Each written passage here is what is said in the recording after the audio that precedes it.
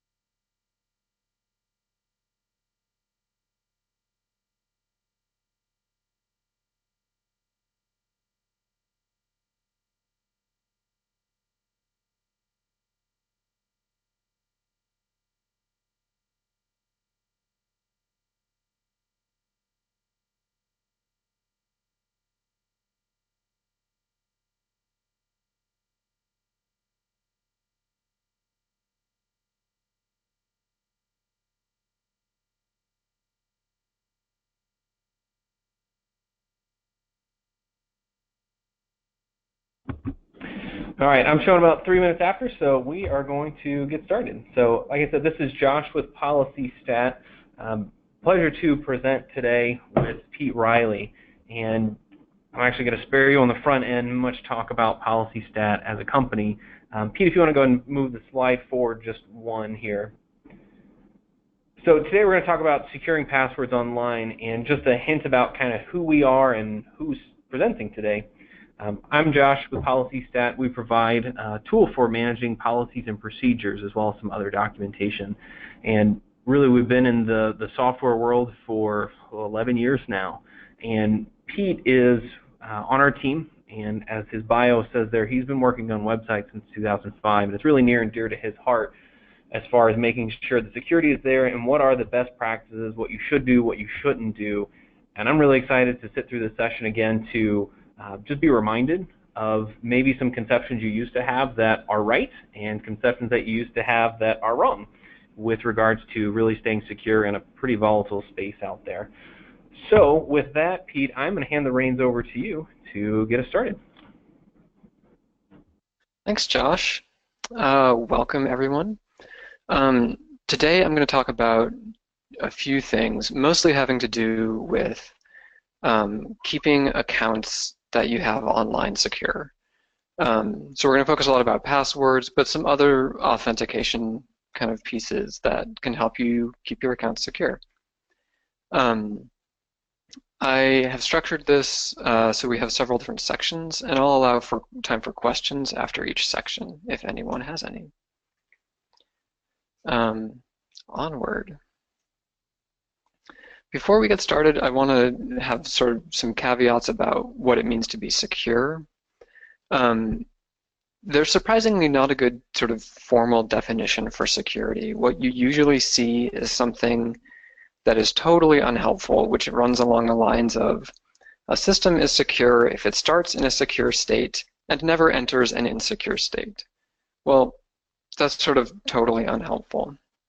So some ideas to keep in mind that are helpful are that no system is 100% secure.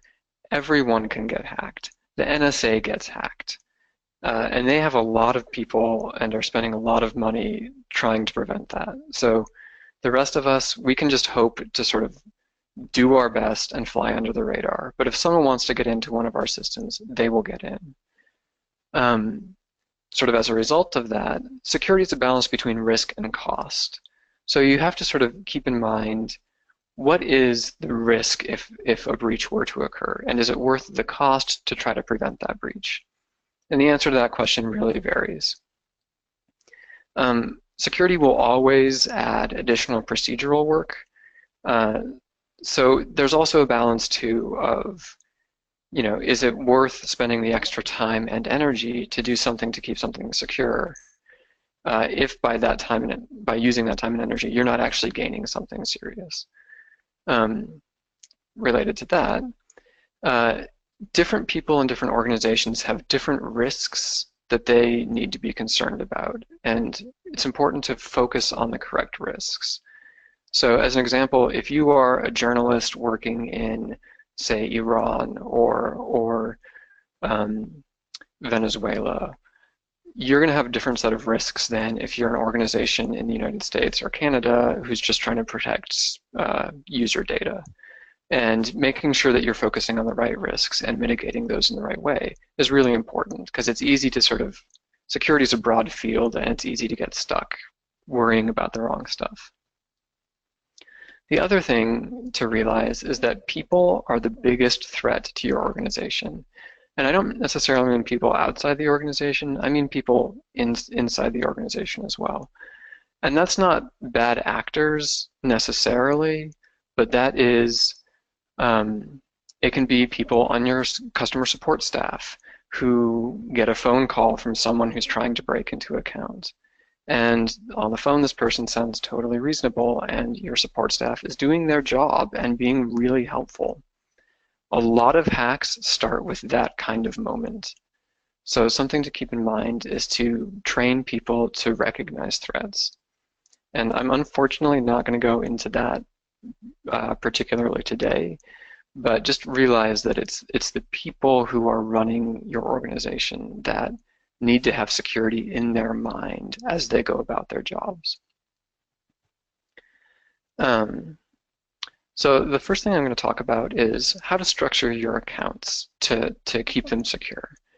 And this is a fairly short subject, but it's an important one.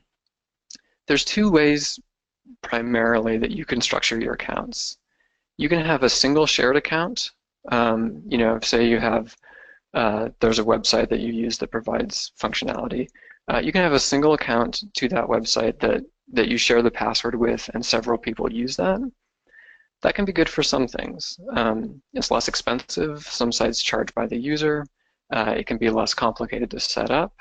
And for sites that provide just a simple, single specific function, that can be really useful.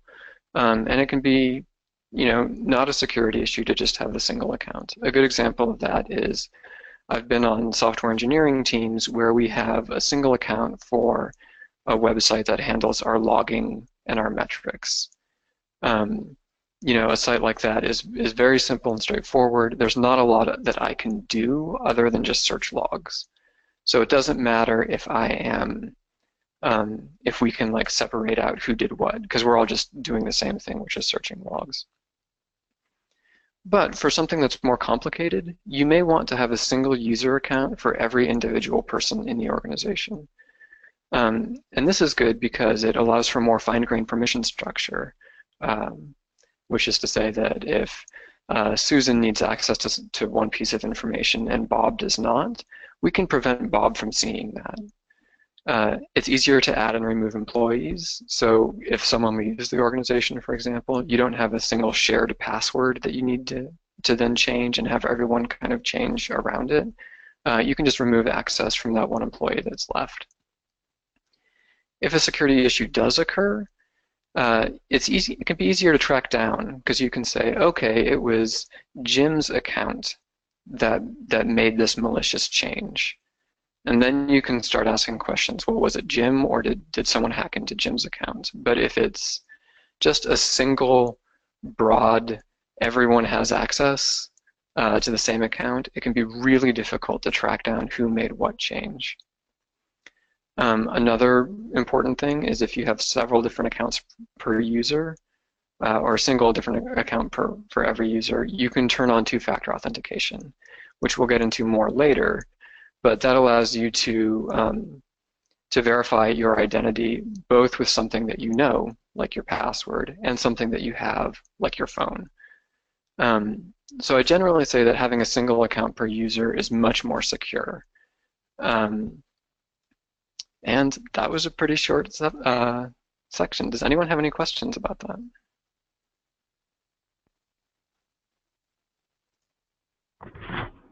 I don't think we have any at this point, Pete, and that's a good point to remind that there is the GoToWebinar panel that you can actually just type questions as you have them as well. But I think for that subject, I don't see any, Pete. Right on. Okay, I will be moving on then, and we are going to start talking about passwords.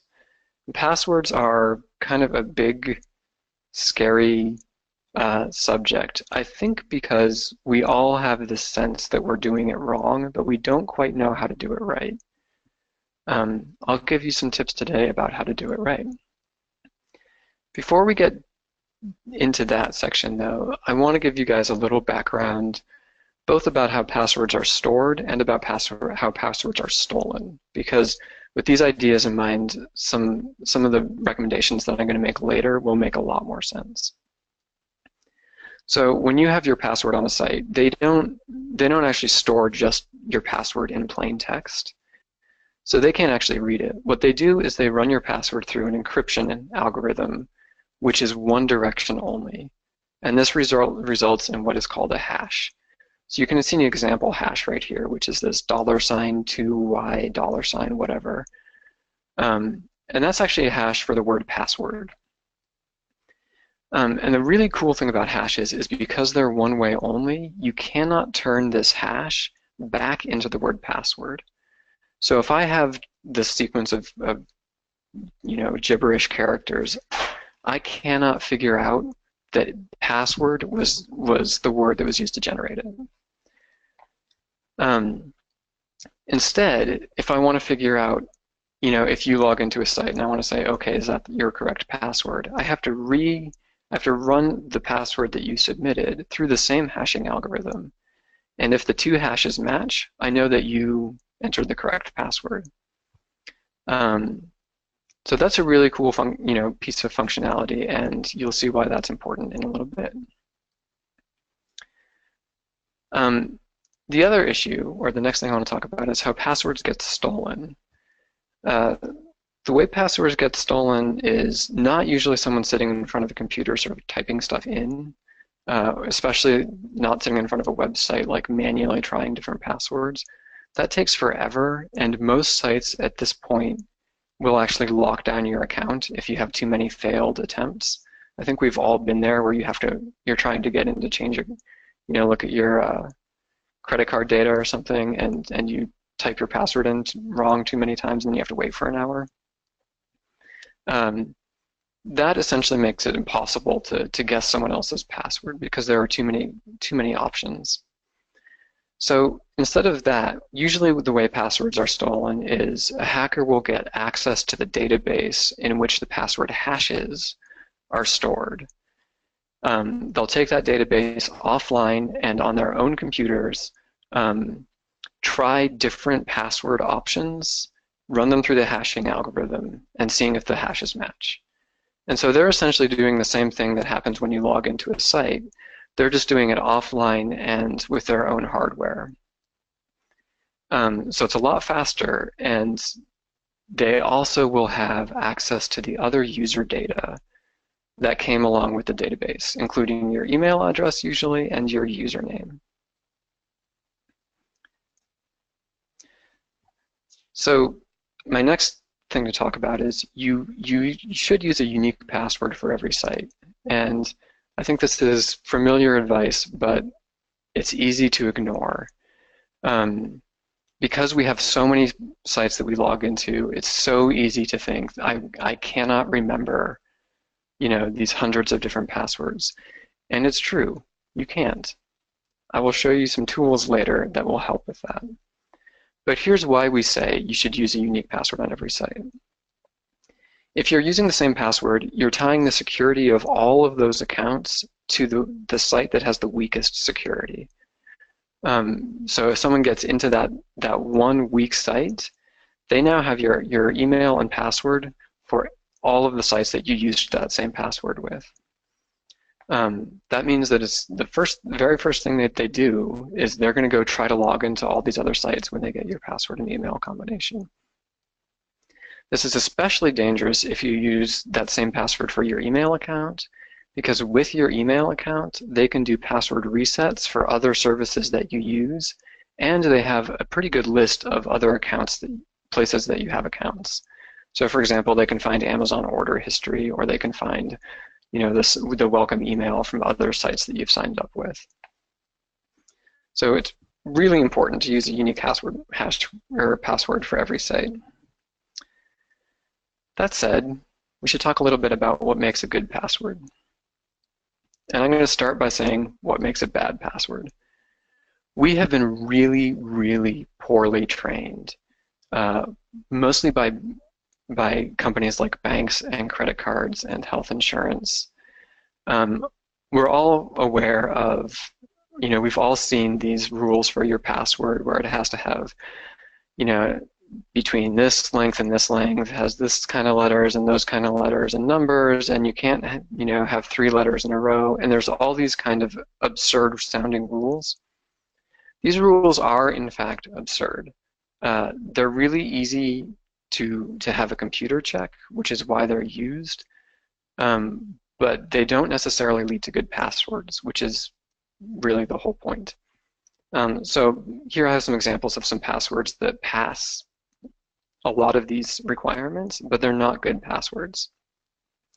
And there are things like password 1, but we've changed the S's to $signs. Or dragons, but instead of an O, we have a 0, and we have a $sign instead of an S. So what makes these passwords bad? Several things. They're really common. All of the passwords that I'm showing here came off a list of the 10,000 most often used passwords. When someone has a bunch of hashes that they're trying to break, they're going to use those, like the 10,000 most common passwords first. And so they're going to use these quickly, and they'll probably are going to break those hashes for these kinds of passwords in less than a minute. Another reason that they're bad, they're extremely common words with extremely common substitutions. So replacing S with $sign, replacing L's or I's or with an exclamation point or a 1, zeros with O's. These are all really common ways to do things. And the software that hackers will use to break a password are all tuned to making those kinds of substitutions automatically. So they don't even have to manually go through all the possible iterations. They also use common capitalization and numbering schemes. The first letter on most of these is capitalized. We haven't capitalized a letter that's in the middle of the word. And we tend to do that because as native speakers, it makes sense to us, and it's easier for us to remember if the first character is capitalized. Similarly, we usually have our punctuation or our numbers at the beginning or end of the password, which is a similar issue. So when the hacker is guessing all kinds of different combinations, those are the kinds of things that they take into account, and they're going to guess those ones first. Then the biggest issue with these passwords is that they're short. Length is the most important thing in creating a good, strong password. So with that, I will move on to how do you make a strong password and what does one look like? So I have 3 examples here at the top of what are strong passwords. And I know that you are looking at this and thinking this guy is totally crazy. How would he remember or even type this first one? Is that a paragraph symbol in there? Like, he's got crazy stuff. Well, rest assured, I have no idea how to type this, and there's no way I could remember it. But I do use passwords like this, and we'll get into how I managed to do that pretty quickly here. What makes these passwords strong? They're long. Length is your friend with passwords. The longer, the better. And the other thing is these are all randomly generated. And generating your passwords randomly is really, really important. Non-randomly generated passwords are much easier for attackers to guess. Another thing to mention here is it's better not to use. Some people have like tricks for making a password that looks really complicated but isn't. And one common way is to pick a sequence on the keyboard and kind of run down it. So you might see 1QAZ, 2WSX, where they're just starting from the 1 key and kind of going down through the letters and numbers. Any tricks like that that you have, hackers have also thought of, and those passwords are usually on the really common list. So generating them with an actual random number generator is a much better idea. So how would I use a password like one of these that's totally important or totally crazy? I would use a password manager. This is consistently in surveys of information security professionals when the question is, what can lay people do to make their accounts more secure? The number one answer consistently is use a password manager. Password managers securely store your passwords, usually in the cloud, though not always. And they let you do things like use those long, complex passwords I showed you in the last slide. So you never have to remember them, and you never have to figure out how to type them. They easily let you use unique passwords for every site, because you just log onto your password manager and you find the site that you're interested in and copy the password from there and paste it in. They all have tools to generate random passwords, and the top 2 passwords in the last slide were generated with PassPack's password generation tool. Those are really good. They also let you securely share passwords with other people, and we'll talk about that more later, because that's going to be an important thing once we get to talking about how to manage passwords in an organization. They also provide an easy reference list of all the accounts you own, which is a benefit that I found surprising when I first started looking or started using them. I was thinking, okay, they're just for passwords, but all of a sudden, if I'm, say, moving and I need to go change my address with all my accounts, I have an easy-to-use list right there in the password manager. One totally valid question is, what happens when the password manager gets hacked? As we've said, nothing is 100% secure, and they are obviously really tempting targets. They've done some pretty good things to sort of help address that issue.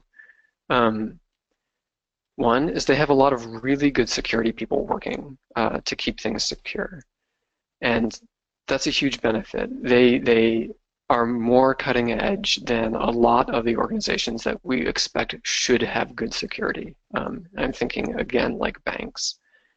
They are really good and really proactive about addressing possible security breaches. So when they see issues, they tend to be really transparent about them, which is really good if you are using them and if you want your security to be solid. They all store your passwords encrypted. Usually it's encrypted by your master password, so even the password manager cannot look at what your passwords are. They can't see them. Only you with your master password can see them. So I think for most people and organizations, the pros outweigh the risks. Being able to use strong, unique passwords for every site is a huge security win.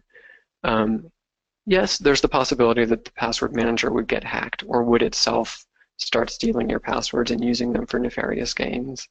But I think the chances of that are actually pretty slim.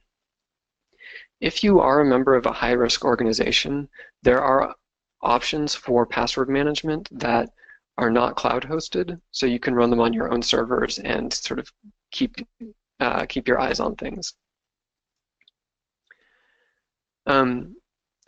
All that's great. You can have really good, secure, strong passwords that are in your password manager, but there are some passwords that you do need to be able to remember and to use and to type. Some obvious ones are your computer login, because how do you get to your password manager if you haven't been able to log into your computer? The password for the password manager itself, and the email address. I recommend having a password that you can remember for your email address, because with your email address, you can do a password reset for most of the other accounts. So if you, for some reason, did lose access to your password manager, you could still recover most of your accounts through your email. So the question is, how do you make strong passwords for these kinds of accounts as well? Because you're never going to remember this AE and NB5 stuff that I have up top. The answer to that is Dicewords. Dicewords is a way to generate a password randomly using dice, actual physical dice, and correlating the numbers that you roll with a set of words. And you can roll and pick, I usually recommend between 5 and 7 words, and you end up with a randomly generated phrase. An example here is devotedly barbed carbon deviate citrus stencil, which is not going to be memorable the first time you read it, but if you spend even just a couple days kind of, every few minutes that you have this, every time you have some spare minutes, just sort of like looking at it and trying to remember it and typing it in a few times, it'll be pretty quick to remember that. And you can actually have a really good, strong, random password that you can remember and can type. Some people, when they're trying to create a password like this, will pick phrases from books or other material.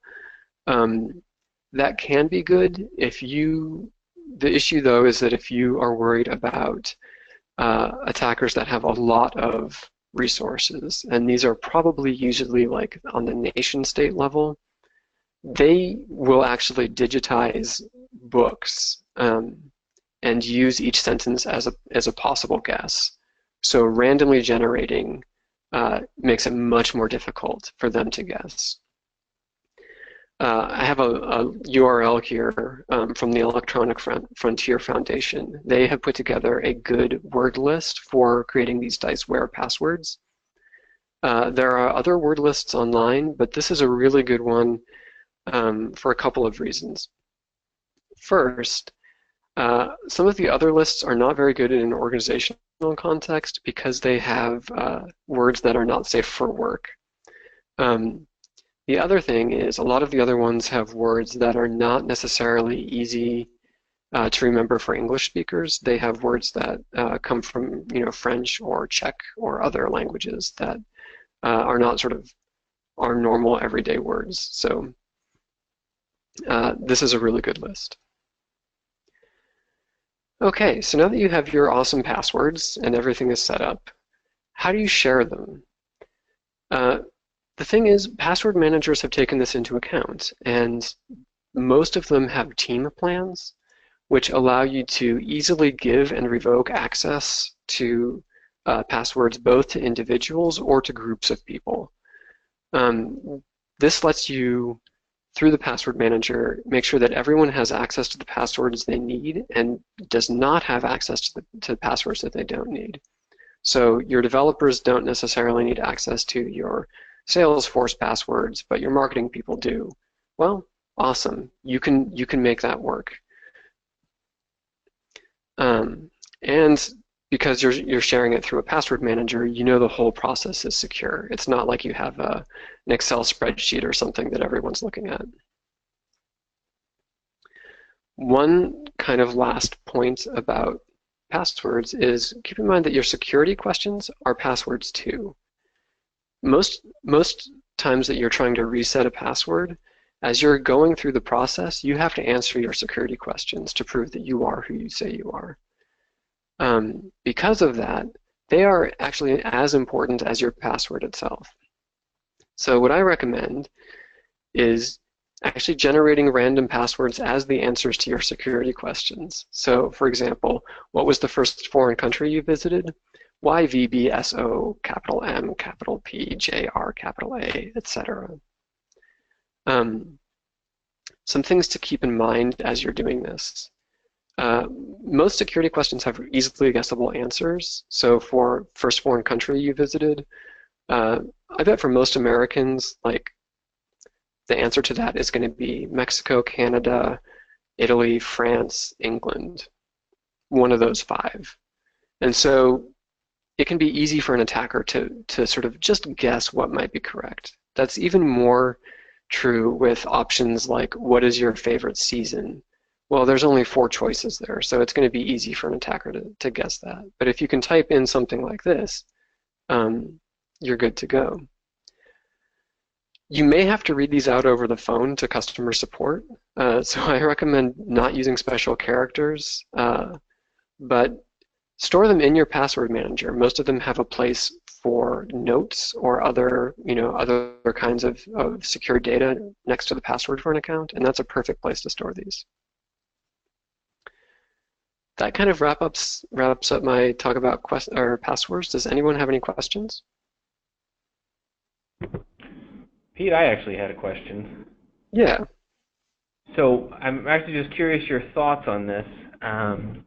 You had the 7 random words. So I could see some people saying, some hesitancy with taking the dice approach or wanting to look up and go to those websites. So what would you say if I maybe took 5 or 6 columns, and in column 1 I picked 6 relatives. In column 2 I picked 6 months. In column 3 I picked 6 cities I visited. And then I just went and rolled the dice and said, all right, if I roll a 1 here, then Susan, my aunt, that's my first word, Susan. And then I roll and I get January, and then I get, what would you say about that? Is at least they're a hint more recognizable, but it's still a little bit random. Kind of what would be your thoughts on that process? Yeah, I think that's a great process. I think it definitely narrows down the possibilities that a knowledgeable attacker would have, to guess. But we're talking about someone who would have knowledge of the process you used, which is pretty unlikely. So yeah, I think that's a totally reasonable approach. Thanks. That's just how my brain worked for that one. Like, I'm not going to remember those words, but if I said 6 of this, 6 of that, and then roll the dice, well, maybe I'll get somewhere. Yeah. Thank you. I would hesitate to use too many things, too many words that might be easily findable about you online. So if someone can find your Facebook account, maybe they can find that you have 3 children named Bob, Betty, and Susie.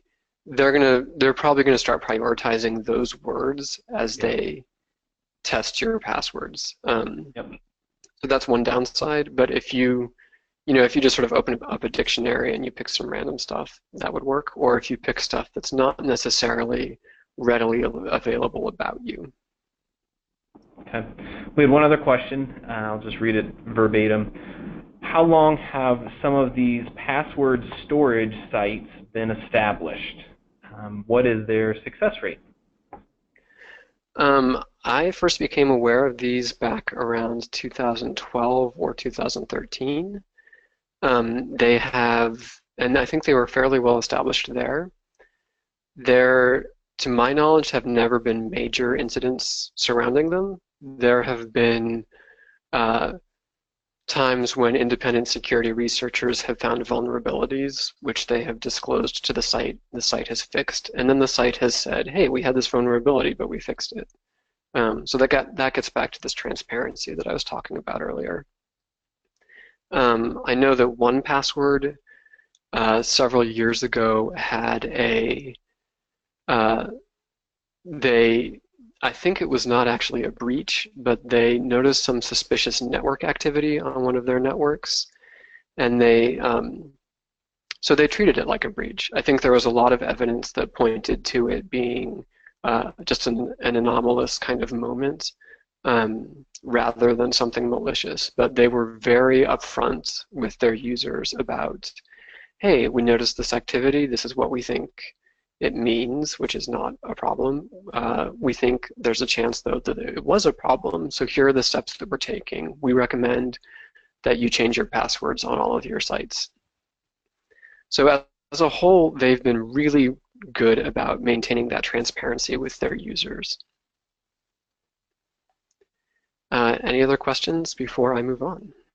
I don't think so, and I think your last point folded in well to what you had commented earlier, that in the event there happened to be some even potential issue, the fact that these storage sites, these password protection tools, tells you where to go to change your password is pretty valuable, that you don't end up with some historic one you don't log into very often that has a compromised password.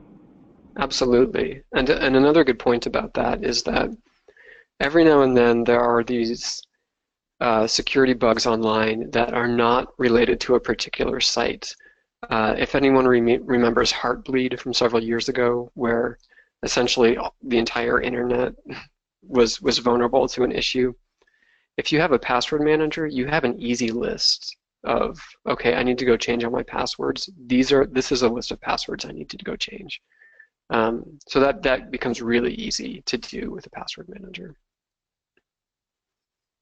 Okay. Great. Well, I think those are the questions for this segment. Cool. I'm going to move on. The next thing I'm going to talk about is two-factor authentication, which you will see periodically abbreviated as 2FA.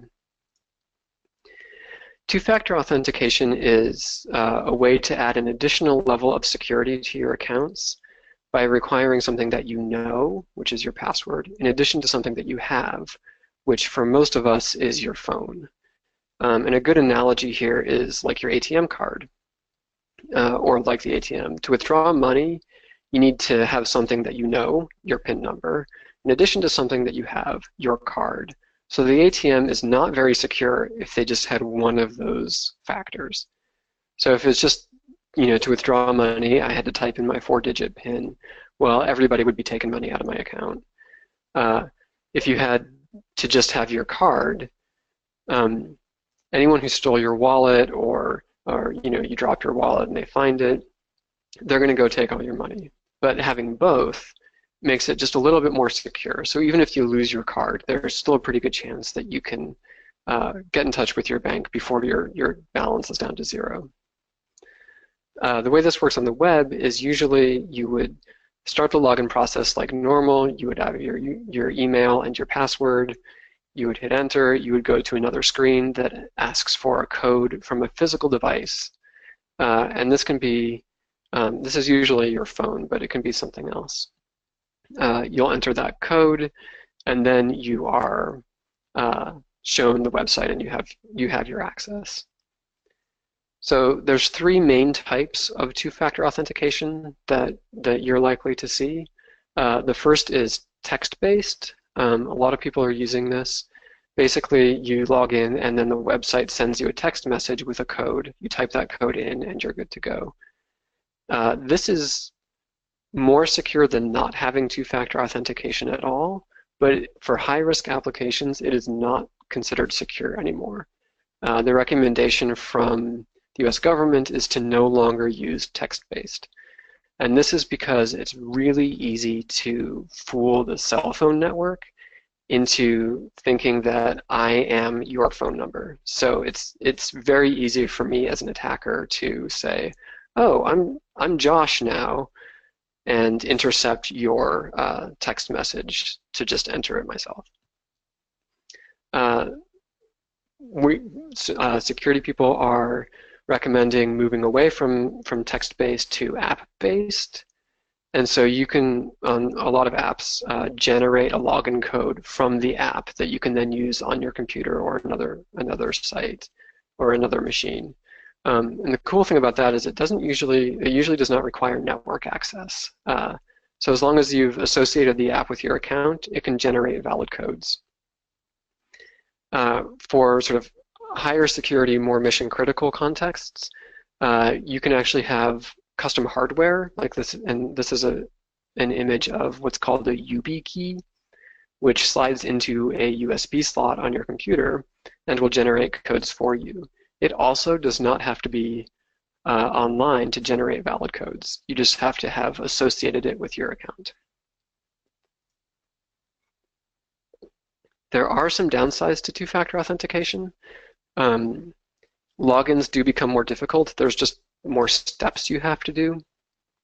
And if you want to share access to a single account to multiple users, that's basically impossible if you have two-factor authentication on. Because you get to a point where, oh, I logged in, someone else's phone gets the alert, they have to then somehow get the the message to me to enter it in. So it basically becomes impossible. But it's a much better system, and it will keep your accounts much more secure. If you are looking to add two-factor authentication to existing accounts, you can go to twofactorauth.org. They have an awesome list of, I think hundreds at this point, of websites that offer two-factor authentication. You can also just poke around in the site that you want to add authentication to, and get in touch with their support or salespeople. Does anyone have questions about two-factor authentication? I don't think we have any at this juncture. Cool. I will move on then to the last section today, which is how do you share other kinds of sensitive data, or how do you share data outside of a password manager? Most people will send secrets like passwords, if they have to get something to a third-party vendor or something like that. They'll send them over email, text message, or they'll actually call the people over the phone and speak them verbally. These are all insecure methods for different reasons. Text message, like we talked about, it's easy to spoof and pretend that you're someone else's phone. It's true for the phone as well. Also, neither of those protocols is encrypted, so it's pretty easy to sort of listen in between a conversation between two people, either over text or over phone. Email is also bad for a couple of reasons that are related and a couple that are not related.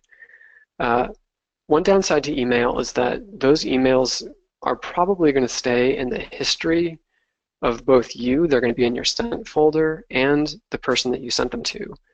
And you have no idea how long that they'll be there. So you might share a password, and 6 months from now, someone gets hacked, and then all your passwords are just sitting there in your email. That's obviously not great, and if you are going through all the trouble of having good, strong passwords, you should keep them out of that history. The other thing is that email is also not encrypted. It's frequently encrypted as it travels between servers or between your computer and the email server, but it's on the server itself, it's not encrypted at all. So anyone who has access to that server can read your emails, and you're also relying on the server-to-server communication to be encrypted, which you have no control over. The other thing is that an email might bounce between tens of servers between leaving your computer and getting to its destination. And you have no control over what servers those are. They could be anything. So sending stuff over email is really insecure. How do you then share secrets without a password manager? The first thing I would recommend is just use the password manager. It's actually designed for this. It's awesome for this. If you're sharing a secret with someone like a third-party vendor, consider adding them as a user to your password manager. It probably won't cost much money. It means that you know exactly how they're storing your secrets, and they're likely to just continue using the password manager for your secrets rather than copying and pasting them into something else. It gives you a lot more control. But that won't always work, so other options. There are a few websites that are designed specifically for this purpose. Some good examples that I have used, I think they're both good, are onetimesecret.com and privnote.com. And these sites create a link that will essentially self-destruct based on some parameters you choose. So you go to the site, you add a note that has the password, you can say, and then you get a link back that will link to that password, but you can say, okay, I want this to self-destruct after the first time it's viewed, or after the third time it's viewed, or after the first time it's viewed, but if it's not viewed in 24 hours, destroy it anyway. You can then email or text that link around and avoid some of the other issues that emailing the password directly would bring up. For example, the secret is no longer in your email history. Instead, you have a link which no longer works because it's self-destructed. So you also have a way to track when the secret is accessed. Most of these sites have a system where you can say, email me when someone first views this.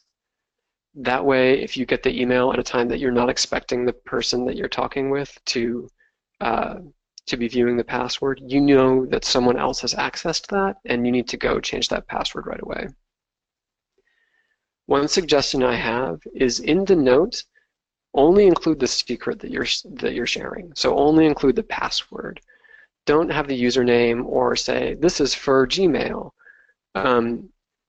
If it's just the password, if someone does get that who shouldn't have it, they don't have any other context about, okay, what's the username for this? Where do I use it to log in? It's just a password and they don't know what it goes to. So it's not very useful if it's just that. There are some downsides to these kinds of websites. You are relying on them to do what they say they do. That can be partially mitigated by breaking the secrets apart, like I talked about just now. You know, if it's just a password, it's still pretty reasonable that if they were reading that or if they weren't destroying it, you're still pretty safe because there's still no context around that password. One-time secret is open source. So you can not only see what the code does on their servers, but you can actually host it in-house if it's important to you to have full control. At the end of the day, though, you are still sending secrets through servers that you don't trust, and that is going to come with some degree of risk. I will say that that risk is much less than sending secrets through, say, email, which is also going through servers you don't trust. There are some other options which are more secure. These tend to take a little more technical setup and a technical know-how. But if you're really worried, there's stuff to look into. Signal Messenger is a program that provides, it's like text messages, but it's end-to-end encryption. So no one between you and the recipient, including Signal themselves, can read your message. You can also set messages to auto-destruct in Signal. So after, I think it's like 5 minutes or something, message history will just get deleted. You can do something called PGP email, which provides end-to-end encryption in email. You're still relying on the recipient to delete messages from their history, which isn't great. And PGP email can be kind of difficult to set up, though there are services like Proton Mail that are now pretty user-friendly to set it up. You can also encrypt secrets with GPG. Side note, PGP and GPG are entirely different things, but even people in the industry get them confused for obvious reasons. GPG is a system that lets you encrypt a file which can only be decrypted by a recipient. So then you can send that file over insecure channels and no one else can read it. That takes a fair amount of technical know-how, though, and so just be aware. Does anyone have questions about other ways to share secrets? Pete, I had one quick one, maybe, just because I know where you're headed after this, so I think now is the time to insert it. You know, a lot of organizations that we work with have password rules on their end. Some of it would contradict what you had said as far as like good idea, bad idea. But one of the big pieces that we see a lot is a requirement to change your password every 90 days, every 180 days. Mm-hmm. I've personally read some rules, regulations, recommendations about that, but I think it'd be worthwhile to at least provide your comments on that requirement to change your password after X days. This is one that does not come from the security community. If you look at recommendations from the security community, they pretty universally say this is a total waste of time and total nonsense. If you have good, strong passwords, just keep them.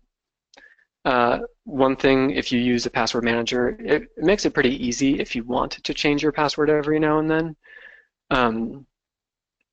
I think the idea behind those kinds of uh, policies was that, okay, well, if someone did get your password, uh, they would lose access once you change it.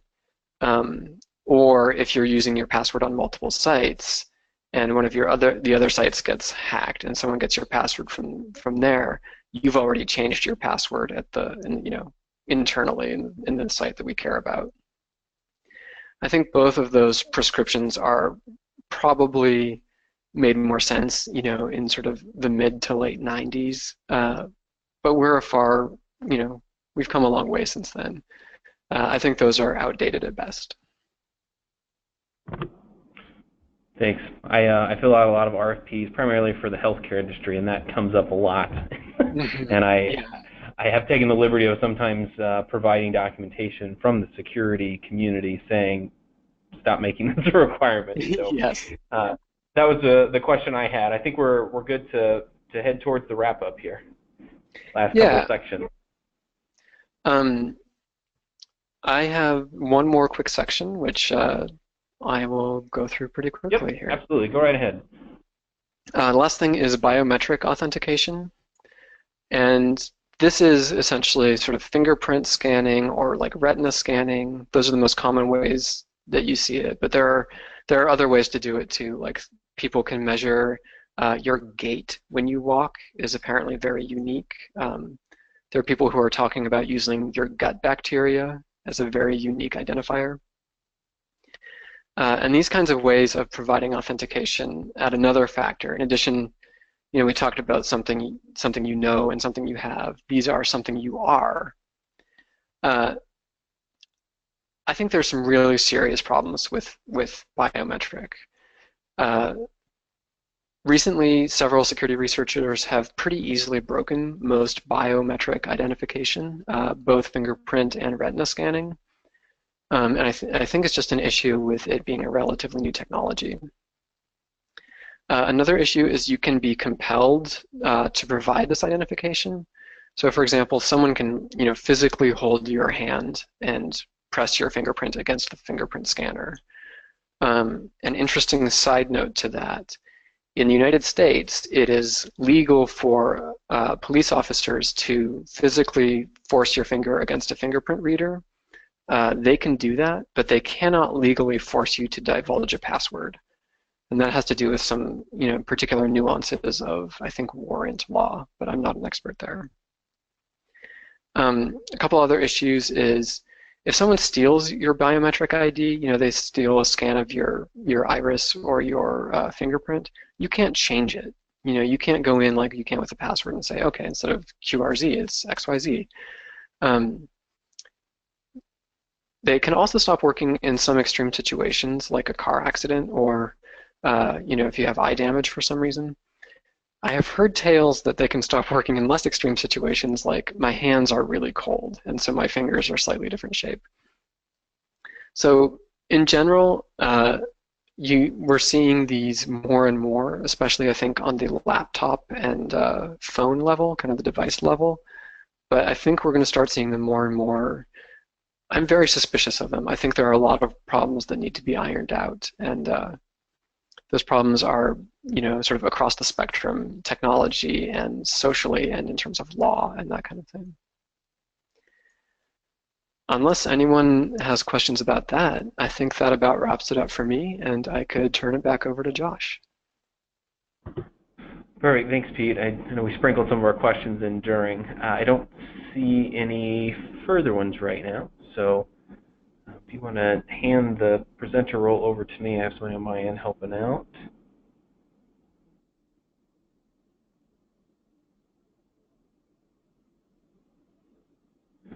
All right, so like I said, I will keep this very brief. Thank you so much, Pete, for walking through that. Policy status presenter, we would be remiss to at least not mention a few things about us here. It's a tool to manage your policies and procedures. Just to tie it in with what Pete was talking about, we do require username and password. How you manage the passwords is really, as we talked about through the whole session today. on the whole, what this is helping do is keep your documents secure and track what you do with them with regards to approvals, approval routing, also helping your staff find documents much easier.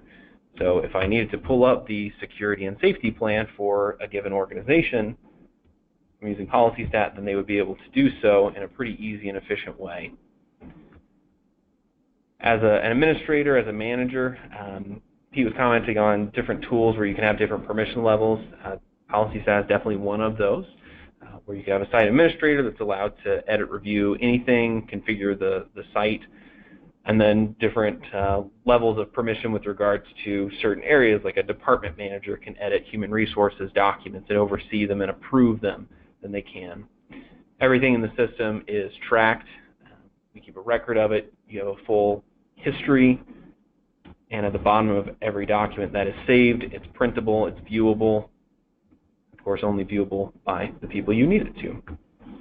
There's definitely a ton that we could show about the PolicyStat product, but in the interest of time, I just want to give that quick flavor of what it will do. We do serve a lot in the healthcare industry. We are serving a lot more outside the healthcare industry for policy and procedure management. And then recently we also merged with a company called iContracts that has a universal contract manager in addition to some other products. So a lot of operational tools to help with efficiency, and definitely a focus as a company, as a culture on security of that information with the folks we work with. So again, right at the bottom of the hour, the end of our time together, so I really appreciate everybody's time. We'll definitely be following up. If there are other questions you have for us, if you want to take a look at PolicyStat, you have more questions about security, we are happy to help with that. Otherwise, we'll call it a day, and thank you all for attending.